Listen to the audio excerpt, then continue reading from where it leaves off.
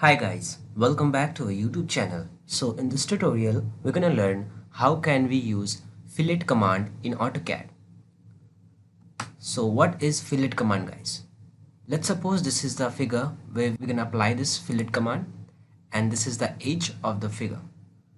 So what fillet command does is, while considering a radius, it gives a round edge to your corners.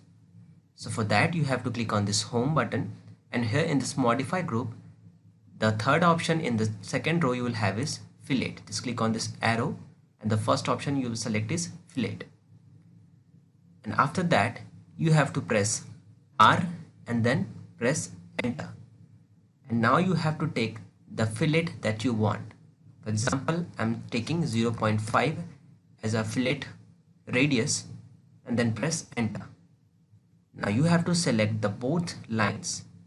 I will select this one and this one.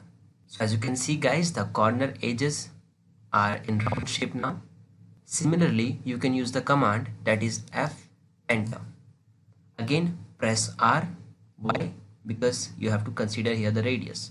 So take R, enter, take the radius, this time I'm taking 1, enter, select the object, both the objects, and it's done. So this way you can fillet an object in AutoCAD, guys. Hope you like this video. Thank you.